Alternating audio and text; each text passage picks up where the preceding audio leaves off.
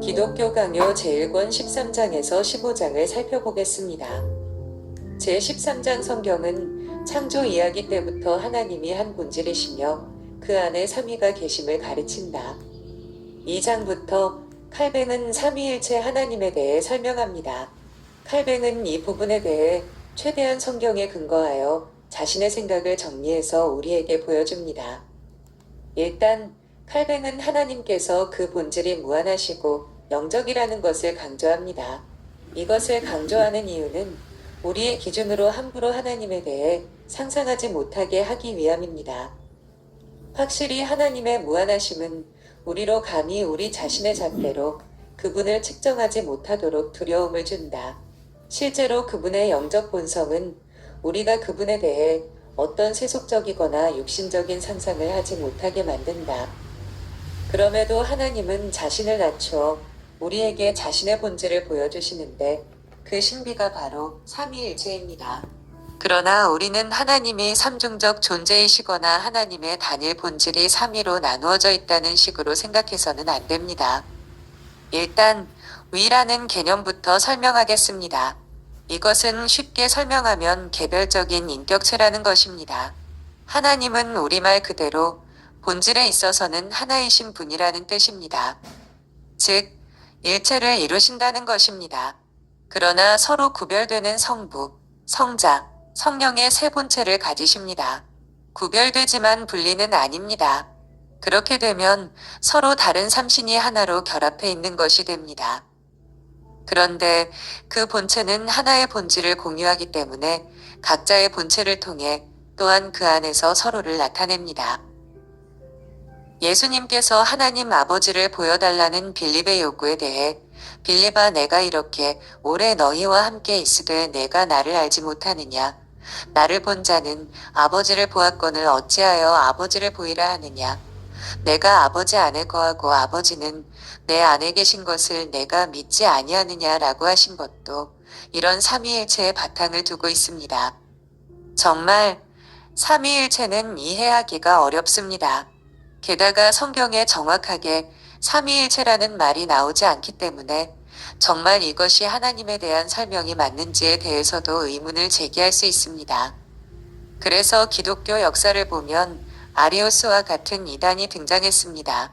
그는 그리스도가 하나님이며 하나님의 아들이신 것은 맞지만 다른 피조물보다 먼저 창조된 존재라고 주장했습니다. 사벨리우스는 성부, 성자, 성령이라는 삼위를 부정하고 그것은 단지 하나님의 다른 속성들에 불과하다고 주장했습니다. 그래서 성부가 곧 성자고 성령이 곧 성부라고 말하였습니다. 그러나 삼위일체 교리는 이것을 절대적으로 거부합니다. 다만 우리들의 믿음에 더 이상 혼란을 주지 않기 위해서 이것만 기억하셨으면 좋겠습니다. 콜론, 하나님은 하나의 본질을 가지시되 성부와 성자와 성령으로 구분되는 세 본체를 가지고 계신다. 대체적으로 성부 하나님에 대해서는 그 신성을 의심하지 않으나 성자와 성령에 대해서는 성부보다 열등한 존재로 여기는 경향이 있습니다. 그러나 삼위일체 교리는 그것을 강하게 부정하며 칼뱅 또한 본장 7에서 15절에 걸쳐 성자와 성령의 신성에 대해 성경을 인용하며 입증하고 있습니다. 다음은 삼위가 서로 구별되는 것에 대해 칼뱅이 주장하는 바입니다. 성경에 드러난 사실은 이것이다. 성부께는 모든 활동의 시작과 모든 일의 근원과 원천이 있다. 성자께는 지혜와 모사와 모든 것들의 질서 있는 배치가 있다. 성령께는 그 활동의 능력과 효력이 있다. 사실 성부의 영원하심은 또한 성자와 성령의 영원하심이기도 한데 이는 하나님께서는 결코 그분의 지혜와 능력과 떨어지실 수 없기 때문이다. 그리고 우리는 영원 속에서 전이나 후를 찾아서는 안 되나 그럼에도 그 순서를 살피는 것이 무의미하거나 과한 것이 아니므로 성부를 먼저 생각하고 그 다음에 그분으로부터 성자가 그리고 마지막으로 그 두 분에게서 성령이 나오시는 것으로 생각하게 된다. 그리고 칼뱅은 특별히 성부와 성자에 대해서는 아우구스티누스의 말을 빌어 다음과 같이 깔끔하게 정리하고 있습니다. 그리스도는 자기 자신에 대해서는 하나님이라 불리신다. 성부와 관계에서는 성자로 불리신다. 또한 성부께서는 자신에 대해서는 하나님이라 불리며 성자와의 관계에서는 성부로 불리신다. 성자와 관계하여 성부로 불리시는 한 그분은 성자가 아니시고 또한 성부와 관계하여 성자로 불리시는 한 성자는 성부가 아니시다. 그분이 자신과 관계하여 성부로 불리시고 또한 자기 자신과 관계하여 성자로 불리시는 한 그분은 동일하신 하나님이시다. 그러므로 구체적인 언급 없이 그냥 하나님의 이름이 언급되는 경우는 성부는 물론 성자와 성령도 가리키는 것이 될 수 있습니다.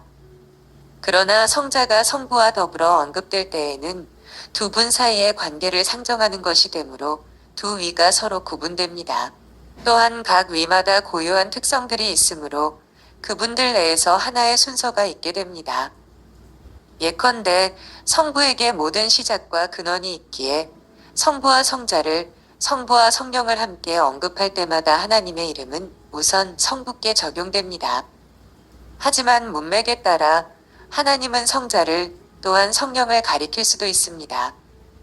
도마가 부활하신 주님을 보고 나의 주님이시오 나의 하나님이시니이다 라고 한 것은 명백히 성자 하나님을 가리키는 것입니다.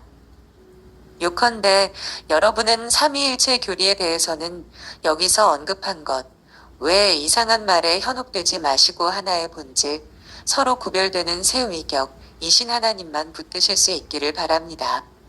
제14장 우주와 만물의 창조에 있어서도 성경은 명확한 표지들을 가지고 참되신 하나님을 거짓신들과 구별한다.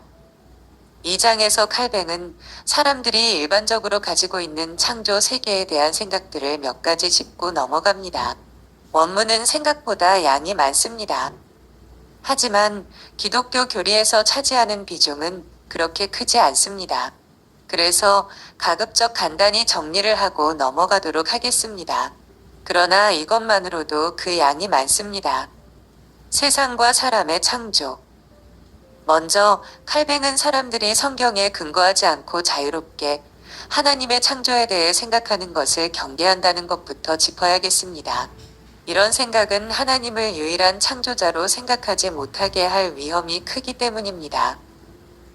그러므로 창조 역사를 분명히 나타내시는 것이 하나님의 뜻이니 이는 교회가 이것에 기초한 믿음을 갖게 해서 오직 그분만을 곧 모세를 통해 우주의 창조자여 조성자로 제시한 그분만을 찾도록 하기 위해서이다. 칼뱅이 이런 위험성을 강조하는 이유는 사람이 창조 세계를 보면서도 참되신 하나님을 찾지 않고 오히려 다른 생각으로 빠지거나 헛된 것에 미혹되기 때문입니다. 그래서 칼뱅은 참되신 창조주 하나님을 알기 위해서는 반드시 성경의 도움을 받아야 한다고 주장합니다. 우리는 창조 세계 전부를 알 수 없습니다. 그것은 모든 세기를 거쳐서도 이루지 못할 과업일 것입니다. 중요한 것은 아무리 창조 세계에 대해 많이 알아도 그것을 조성하신 하나님을 발견하지 못하면 아무 소용이 없다는 것입니다.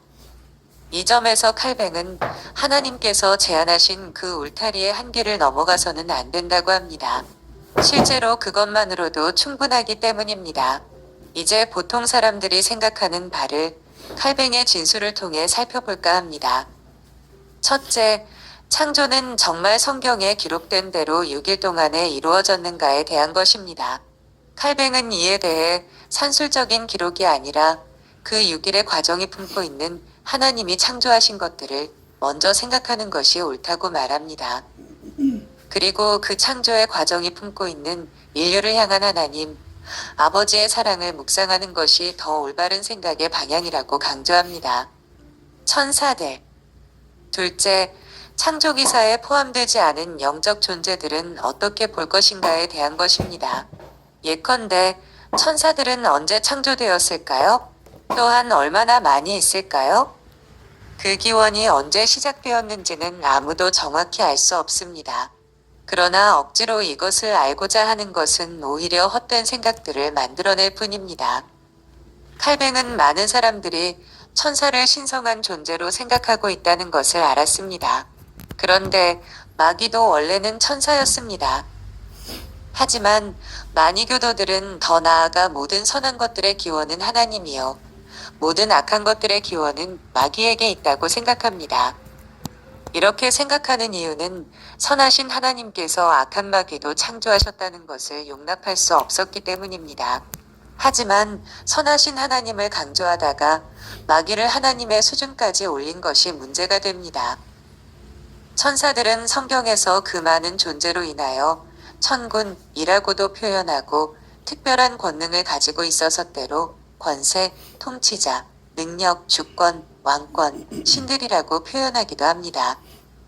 그러나 이 천사들의 주요 임무는 하나님을 섬기는 것이고 하나님의 명령을 수행하는 것이며 하나님께서 택하신 자들을 섬기는 것입니다. 이처럼 우리를 보호하는 임무를 수행하기 위해 천사들은 마귀와 모든 우리의 대적들을 대항해서 싸우며 우리에게 해를 가하는 자들에 대해 하나님의 보응을 시행한다. 그렇다면 수호천사라는 것도 있을까요? 칼뱅은 성도 각 사람마다에게 배정된 천사가 있는지에 대해서는 감히 단언하지 않습니다. 다만 그가 확실하게 여기는 것은 우리 각자를 지키는 임무는 한 천사만이 아니라 모든 천사들의 몫이라는 것입니다. 이것이 오히려 우리의 안전에 대한 생각을 더 확실하게 해준다는 것이지요. 천사들의 숫자와 체계에 대해서도 궁금증을 가지고 있는 사람들이 있습니다. 칼뱅은 우리가 마지막 날에 가서야 비로소 완전하게 알게 될 문제라고 하며 과도한 호기심은 자제할 것을 당부합니다. 다만 우리를 보호하기에 충분한 숫자가 있으며 그 많은 숫자에도 불구하고 신속하게 우리를 도울 준비를 갖추고 있다는 것을 아는 것만으로도 충분하다고 말합니다. 성경은 분명 천사들의 존재를 기술하고 있지만 영적인 세계를 믿지 않는 자들은 천사들을 상상으로 만들어낸 존재에 불과하다고 말하기도 합니다. 하지만 칼뱅은 성경에 기록된 많은 근거들을 들어 천사는 실체가 없는 어떤 영감이나 성질이 아니라 실제로 존재하는 영령임을 강조합니다. 그럼에도 불구하고 사람이 이 천사들에게 하나님께 돌리는 영광이나 존귀를 부과하는 것은 옳지 않다고 단언합니다. 심지어 사도 요한도 요한계시록에서 고백하기를 자신도 그런 잘못을 범할 뻔하였다고 말한다. 하지만 곧바로 그는 부언하면서 이 대답이 임했다고 말하고 있다. 나는 너와 및 예수의 증언을 받은 내 형제들과 같이 된 종이니 삼가 그리하지 말고 오직 하나님께 경배하라. 그런데 하나님께서 천사들을 사용하시는 이유는 무엇일까요? 하나님은 전지전능하신 분인데 그분의 능력이 다 미치지 못하기 때문에 천사들을 활용하시는 것일까요? 칼뱅은 하나님의 전지전능하심은 절대적이라고 말합니다. 다만 천사들을 사용하시는 이유에 대해서는 다음과 같이 말합니다.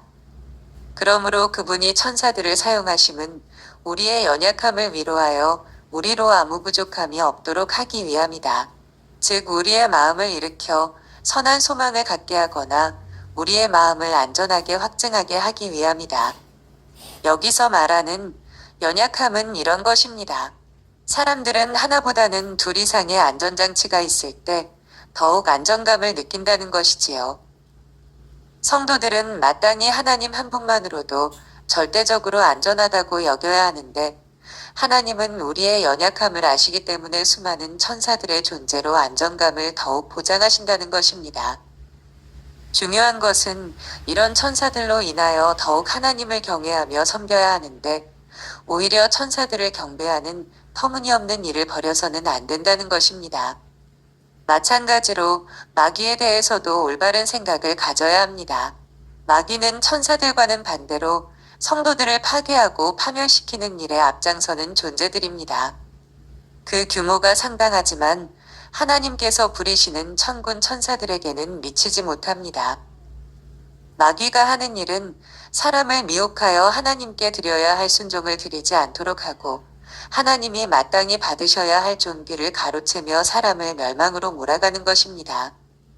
앞에서 언급했다시피 이 마귀도 원래는 다른 천사들처럼 선하게 창조된 존재였지만 스스로 부패하여 타락한 존재입니다. 따라서 우리는 마귀의 존재에 대한 책임을 하나님께 전가해서는 안 됩니다. 다만 우리는 천사가 그 본성이 부패할 때 얼마나 추접스러워질 수 있는가를 생각하고 하나님의 형상으로 창조된 인간이 부패할 때도 그와 같을 것이라고 생각해야 합니다. 마귀는 타락한 결과 진리에 서지 못하며 거짓의 아비가 되었습니다. 그러므로 성도들은 아무리 마귀가 그럴듯하게 현혹하여도 절대로 타협해서는 안 됩니다. 그들의 목적은 우리의 파멸에 있기 때문입니다. 그들은 단 한순간도 우리를 위하는 법이 없습니다. 그렇지만 하나님을 본성적으로 거역하는 마귀들조차도 하나님의 통제하에 있기에 우리는 안심할 수 있습니다. 그러나 하나님께서 권능의 굴레로 그를 붙잡으시며 제재하시기 때문에 그는 다만 하나님께서 허락하시는 일만을 수행하게 된다. 따라서 마귀는 그의 창조주께 복종하게 되어 있다. 이것은 그가 원하는 것이든 아니든 상관없다. 왜냐하면 마귀는 언제든 하나님께서 명령하실 때마다 억지로라도 하나님을 섬길 수밖에 없기 때문이다. 이것은 사나운 도사견이 목에 줄이 매여 있고 그 줄을 주인이 강한 손으로 붙잡고 있는 것을 상상하면 쉽게 이해할 수 있을 것입니다. 이러한 사실이 의미하는 바는 마귀가 비록 성도들을 괴롭히고 때로는 거의 완전히 좌절시키는 데까지 성공할지라도 결코 성도들을 정복하지 못하고 멸망시키지 못한다는 것입니다. 그런 멸망에 들어가는 자들은 하나님을 부인하고 순종하지 않는 악인들 뿐입니다. 그들은 사탄의 형상을 지닌 상태가 되어 사탄의 자녀들로 인정받기 때문입니다. 요컨대 성도들은 평생 영적인 싸움을 싸우지만 반드시 승리하게 됩니다. 사도 바울은 이러한 승리를 두고 다음과 같이 말했습니다. 평강의 하나님께서 속히 사탄을 너희 발 아래에서 상하게 하시리라. 다만 우리는 천사들과 같이 임하기도 실제적인 존재임을 알아 늘 영적 긴장을 유지해야 합니다. 창조가 주는 영적 교훈들. 셋째, 우리가 창조기사를 통해 얻어야 할 것은 놀라운 하나님의 솜씨에 대한 경탄과 함께 하나님께 마땅한 감사와 신뢰를 드려야 한다는 것입니다. 칼뱅은 창조 세계가 믿음을 위한 가장 주된 증거는 아닐지라도 자연 질서 중에 첫째가는 증거이므로 우리는 눈에 띄는 모든 것들이 하나님에 의해 창조된 것임을 생각하며 동시에 그 창조하신 목적에 대해 경건하게 묵상해야 한다고 주장합니다. 일반 사람들은 창조 세계의 오묘함과 그 장관에 아주 잠깐 경탄을 금하지 않습니다. 하지만 마땅히 생각해야 할 하나님의 존재와 그분의 능력에 대한 생각으로까지는 나아가지 않습니다. 그래서 칼뱅은 성도들이 창조주 하나님의 성품에 대해 온전히 깨달았다는 것을 알기 위해서는 두 가지가 필요하다고 말합니다. 그러므로 간략하게 말해 모든 독자들이 알아야 할 것은 참된 믿음으로 하나님께서 하늘과 땅을 창조하신 분이심을 깨달아야 한다는 것이다. 만일 그들이 우선적으로 우주의 규칙을 따른다면 하나님께서 피조물들 가운데서 나타내신 그 엄청난 권능들에 감사하지도 않고 그냥 잊고 지나쳐서는 안 된다. 그리고 그런 다음 그것을 자신에게 적용하기를 배워 그들의 마음에 감동이 일어나도록 해야 한다. 여기서 말하는 감동이란 하나님께서 우리가 필요로 하는 것들을 충만하게 채우시며 우리 구원에 필요한 것도 부족하지 않도록 공급하실 것이라는 완전한 신뢰감과 그분께만 우리의 소망을 두는 것입니다. 제15장 창조된 사람의 본성, 영혼의 기능, 하나님의 형상, 자유의지, 처음의에 대한 논의. 본장은 창조의 정점에 해당하는 사람에 대한 것을 다룹니다. 칼뱅은 사람은 하나님의 모든 작품 중에서 그분의 공의와 지혜와 선하심을 드러내는 가장 고귀하고 가장 탁월한 모범이라고 말합니다. 이것은 처음 사람이 창조될 때는 선한 존재였다는 것을 뜻합니다. 그러나 이것은 유교에서 말하는 성선설과는 차이가 있습니다. 유교의 성선설은 모든 사람에게 적용되지만 성경의 관점에서 성선설이 적용될 수 있는 존재는 처음 사람들, 아담과 하와 뿐이었습니다. 그마저도 나중에는 타락함으로 그 의미를 잃어버렸습니다. 그럼에도 불구하고 처음 사람들은 하나님의 영광을 반영하는 특별한 존재였습니다. 그들에게는 죄가 없었으며 의로운 존재였습니다. 칼뱅에 따르면 이 지식은 우리에게 두 가지 지식을 줍니다. 1. 우리가 처음 창조되었을 때의 모습에 대한 지식. 2. 아담의 타락 이후 변한 우리의 상태에 대한 지식. 칼뱅은 이러한 지식은 우리가 자신의 악에 대한 책임을 다른 존재에게로 전가시키지 못하도록 하기 위해 필요하다고 말합니다. 실상 사람은 자신의 부족한 것과 불의한 책임을 자신을 이렇게 만든 하나님께 돌리려고 하기 때문입니다. 그러나 하나님은 모든 면에 있어서 공의로우십니다. 칼뱅은 그것을 하나님께서 사람을 어떻게 창조하였는지에 대한 기술로 설명합니다. 사람은 흙으로 지음을 받았습니다. 그러므로 사람은 교만할 근거가 없습니다. 오히려 하나님은 그 질그릇 같은 존재에게 생명을 주셨습니다. 그리고 불멸의 영혼을 거하게 하셨습니다. 너무 놀라운 은혜가 아닙니까? 따라서 우리는 하나님의 자비하심의 영광을 돌려야만 합니다. 그런데 현대 신학에서 영혼의 불멸성은 많은 논쟁거리입니다. 여기서 이것을 다루는 것은 적절하지 않습니다. 우리는 신학적 논쟁이 아니라 칼뱅이 말하고자 하는 바를 살펴보고 있기 때문입니다. 칼뱅은 사람이 영혼과 육체로 구성되어 있고 영혼이 불멸하며 창조된 본질로서 사람의 구성 요소 중 더 고상한 부분이라고 말합니다. 누군가는 이러한 생각이 다분히 플라톤의 생각에 가깝다고 말할 수 있을 것입니다. 하지만 칼뱅은 플라톤의 생각을 따르는 것이 아니라 성경의 내용을 살펴서 이런 주장을 하고 있음을 먼저 이해해야 합니다. 칼뱅은 영혼의 존재를 뒷받침하는 근거로 몇 가지를 제시합니다. 첫째, 인간의 정신에 부여된 고귀한 재능들입니다.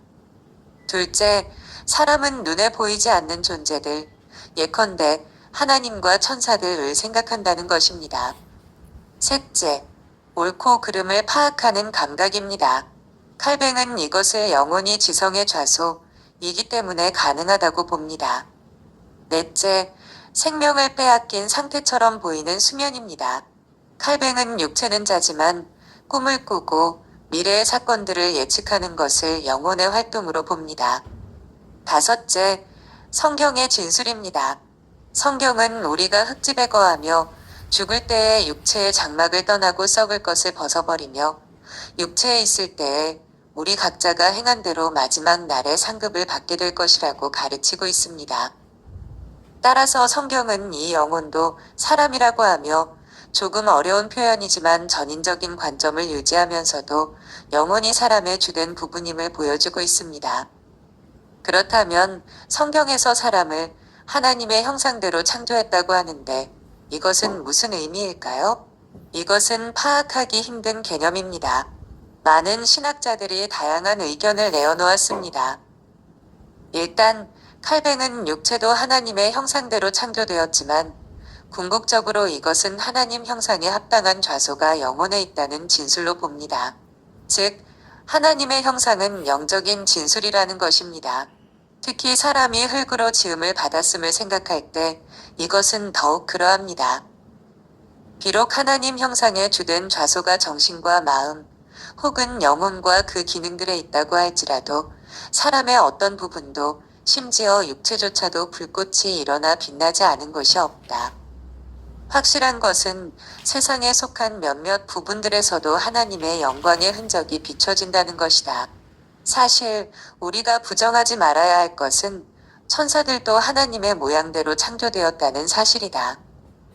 칼뱅은 하나님 형상은 타락하기 전 아담에게서 드러난 인간 본성의 완전한 탁월함이며 이것의 참된 본질을 알기 위해서는 그리스도를 보아야 한다고 강조합니다. 그분의 육체는 볼품이 없었지만 그분은 하나님의 지극히 완전하신 형상이십니다. 따라서 우리가 그리스도의 형상과 일치되도록 새로워질 때 지식과 순전함과 의와 참된 거룩함으로 이루어진 하나님의 형상이 드러나게 될 것입니다. 이 점에서 칼뱅은 하나님의 형상을 사람의 외부가 아니라 영혼의 내적인 선함에서 찾아야 한다고 강조합니다. 이 즈음에서 어떤 분들은 칼뱅의 논리가 헬라 철학에 근거한 것이 분명한 것 같다고 말할지도 모르겠습니다. 하지만 칼뱅은 철학자들 중에서 플라톤을 제외하고는 거의 아무도 불멸하는 영혼의 실체를 인정하지 않았다고 합니다. 이것에 대해 철학에 대해 아는 분들은 고개를 갸웃거릴 수도 있을 것입니다. 소크라테스가 파이돈과 나눈 대화를 보면 소크라테스도 분명히 영혼이 불멸한다는 논리를 전개하는 것처럼 보이기 때문입니다.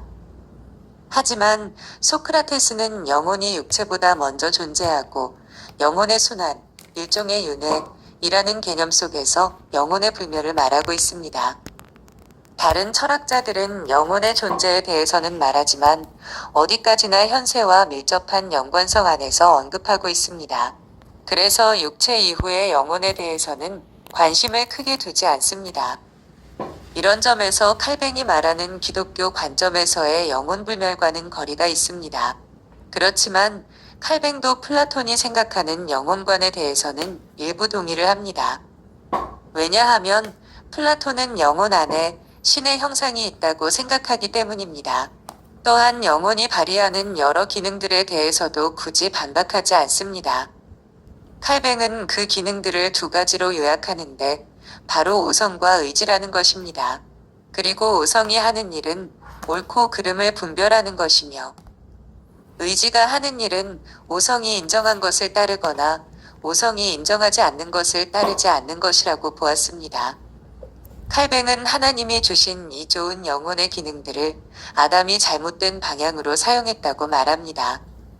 아담은 자신의 자유의지로 올바른 것을 선택할 수 있었습니다.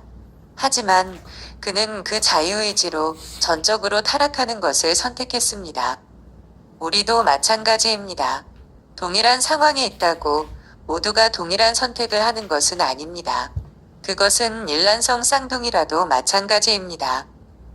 모든 사람은 자신의 의지로 선택해야 하며 그 선택한 것에 대한 결과를 책임져야 합니다. 아담은 타락하기로 선택했고 그 결과 하나님께서 말씀하신 대로 죽음이라는 결과를 맞이해야만 했습니다. 안타깝게도 그의 후손들은 처음에 하나님의 형상을 알지 못한 채 그리스도 예수께서 오시기 전까지 그의 타락한 본성을 이어가게 되었습니다. 어떤 사람들은 전지전능하신 하나님께서 사람을 더 완벽하게 창조하셨어야 한다고 혹은 더 완전한 환경을 만들어 두셨어야 한다고 불평합니다. 이에 대해 칼뱅은 다음과 같이 말합니다. 하나님께서 사람을 전혀 죄를 지을 수도 없고 죄를 짓기를 바라지도 않을 상태가 되게 하셨어야 했다고 말하는 것은 합당치 않다. 그런 본성은 물론 더 탁월했을 것이다. 그러나 하나님께서 사람이 인내로 본 상태를 유지되게 하지 않으신 것은 그분의 계획 속에 숨겨져 있다. 그러나 아담은 변명의 여지가 없다. 왜냐하면 그는 너무나 많은 것을 받았음에도 자원하여 자신을 파멸로 몰아넣었기 때문이다. 그러므로 우리는 본장의 처음 진술로 돌아가야 합니다. 사람은 처음에 하나님의 형상대로 선하게 창조되었습니다.